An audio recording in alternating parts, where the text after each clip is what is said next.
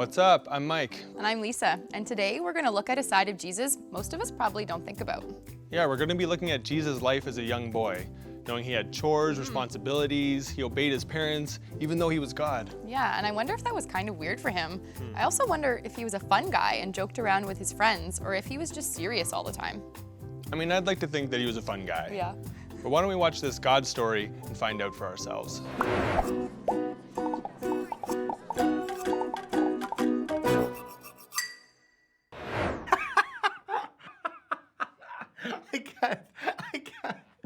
I can't speak anymore. This is killing me.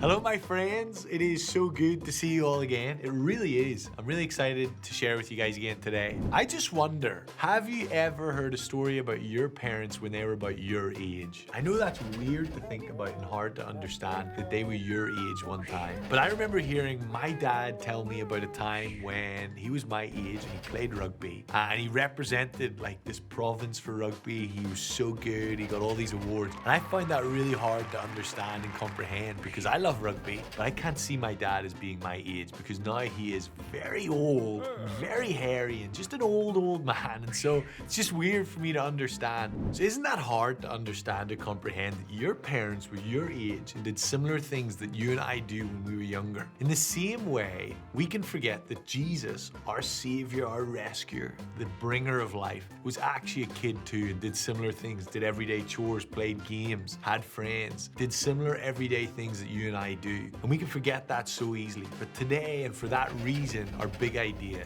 is that Jesus lived a human life.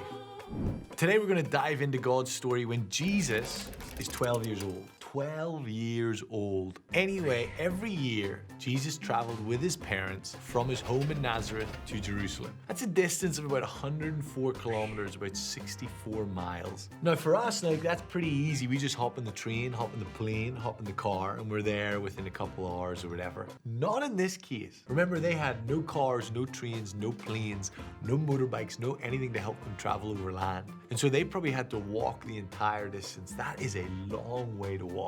So Jesus is 12 and he's returned to Jerusalem with his parents to celebrate this feast called Passover. They did this to remember the time when the angel of death passed through the homes of the Hebrew people in Egypt, but didn't take the lives of the firstborn sons. But the Egyptian firstborn sons died.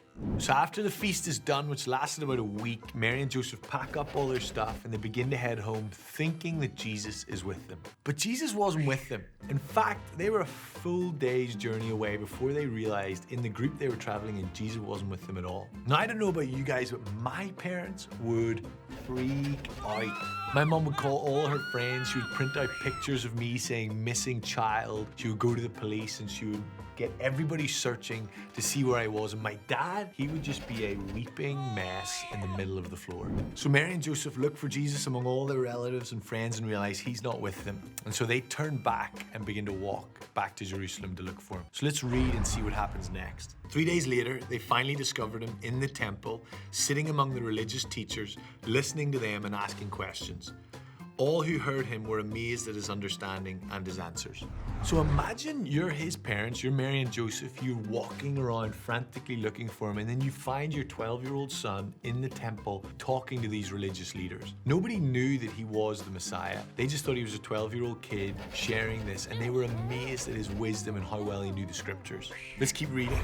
His parents didn't know what to think. "Son," his mother said to him, "why have you done this to us? Your father and I have been frantic searching for you everywhere." "But why did you need to search?" he asked. "Didn't you know that I must be in my father's house?" But they didn't understand what he meant. So there was probably more than just this time that there was a misunderstanding between Jesus and his parents. He didn't mean to confuse them or upset them. He just had a greater idea of what he was on earth to do. Jesus was in his father's house. He knew that God was his father, and the temple that he was in was built in honor of God. And so that's where he was, and that's where he would share. And Jesus knew that he was the Son of God. Let's keep reading. Then he returned to Nazareth with them and was obedient to them. And his mother stored all these things in her heart.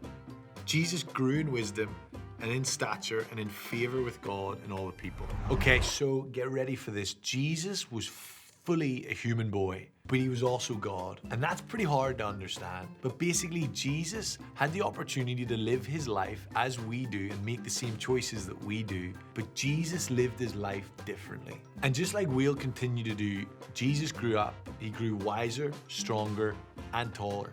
So listen to this, Jesus was obedient to his parents. He showed genuine love for them and others. And here's the kicker, he never sinned ever. So as Jesus followers, we often think of Jesus when he's grown up, teaching to many people, thousands of people. But this is Jesus at 12 years old, and this is a snapshot of his life when he was a boy. And so it just shows us that Jesus can relate to us at any age. Jesus lived a human life, okay? That probably means that he went through puberty. He probably got sick. He was probably hungry and thirsty sometimes. He probably was tired sometimes as well. But what we don't forget is that Jesus is God and that he experienced our life as we do today as well. That is so unbelievably cool and so comforting. My friends, it has been fantastic to do this with you again. I look forward to seeing you next time. Have a great time. See you soon. Lisa, you were wondering if Jesus was more of a serious guy, and it sounds like maybe he was, based on the kinds of discussions he was having in the temple way beyond his years. Yeah, you're right. But at the same time, we also hear that his parents were looking for him while they were traveling. They might have just thought he was playing with his friends and having fun. Well, that's a good point. We don't actually know that much from the Bible about Jesus' childhood, or kids in general for that matter. Yeah. But there's some other resources that can really give us a glimpse into that world. Yeah, you're gonna love this next video. Let's check it out. Hi, I'm Caiden. And I'm Abby. And today, we're going to be meeting with Dr. Jamie Robertson. He's going to tell us what it was like to live in Jesus' time. Okay, let's go. Hey, guys. How's it going? Doing great. I'm Jamie. I'm Caiden. Nice to meet you, Caiden. Hi, I'm Abby. Hi, Abby. Should I put my coat on? Yeah, throw it right there. That's perfect. So, you guys want to learn a little bit more about what Jesus was like when he was your age, huh?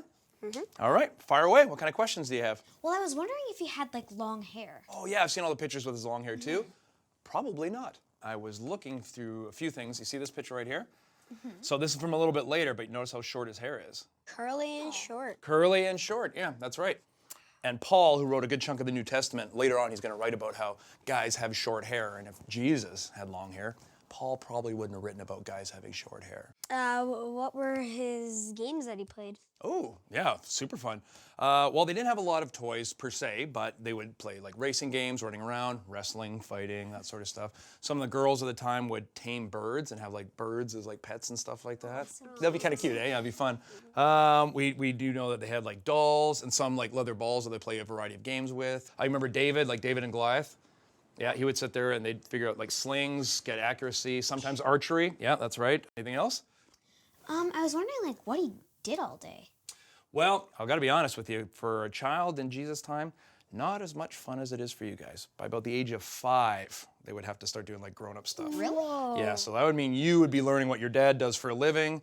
You would probably be working with mom around the kitchen, around the house, doing that sort of stuff. So, for example, for Jesus, his dad was a carpenter. So at the age of 5, he's going to start learning how to become a carpenter. And then at about your age, when you turned about 13 or 14, your parents would probably be looking for somebody for you to marry. Really? They'd want you to be a wife already. I know, it's kind of weird, eh? Very, very young. You didn't live as long back then, right? So it starts a little bit younger. So these are great questions. I know we could do this all day long, but I was thinking it might be fun for you guys to actually try to live a little bit more like Jesus did in his time. Are you guys up for a bit of an adventure? Yeah, that'd be fun. Do you want to try something? Yep. Yeah, all right, sure. I dug around and found some stuff. So if you trust me, follow me. I'm going to show you some kind of cool stuff, okay?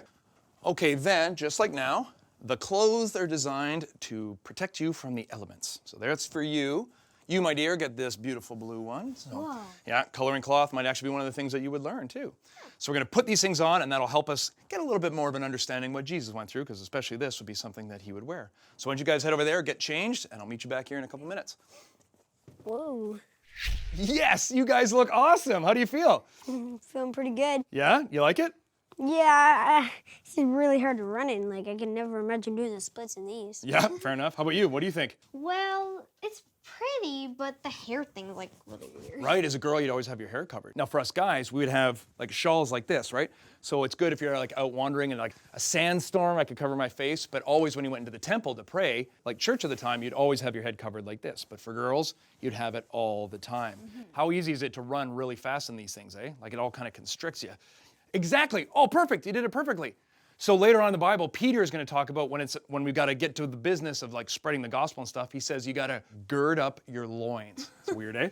Which literally just means pulling these things up so that you can run fast, getting up above the knees so you can run fast. Yeah, it's kind of weird. Yeah. But this will protect you from the elements, keep you warm at night, and safe and dry during the days. Yeah. So this is a little bit closer to what Jesus wore on the outside of his body. But now I have a homework assignment for the kind of food that he put inside his body. So we don't have all the same materials that Jesus had, but if you guys are up for it, but using a fire, I want you guys to cook a fish, which is a great source of protein. And if you're close to the Sea of Galilee, there's a lot of fish kicking around. Sound good? Mm-hmm. Yeah. All right, awesome. Okay, so report back to me once you do the fish thing. Deal? Yeah. Yep. All right, thanks a lot, guys. See ya. Bye. Bye.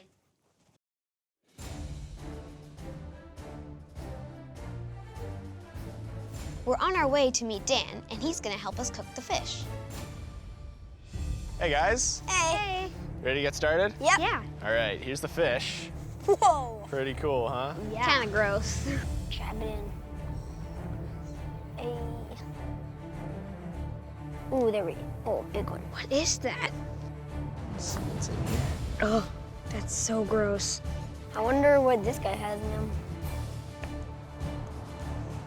Nice. Oh, so much little stuff. I'm an exterminator. Oh. Good stuff, good stuff.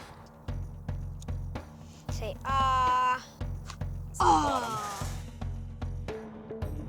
Oh man, the stick's getting hot. Is yours doing pretty good, Abby? I have no clue. Perfectly ripe 5-star fish. Well, Jamie, we did it. We cleaned the fish, although it was a little gross. We cooked it, ate it, and we enjoyed the experience. Thank you so much for your time. All right, good job, guys. You did it.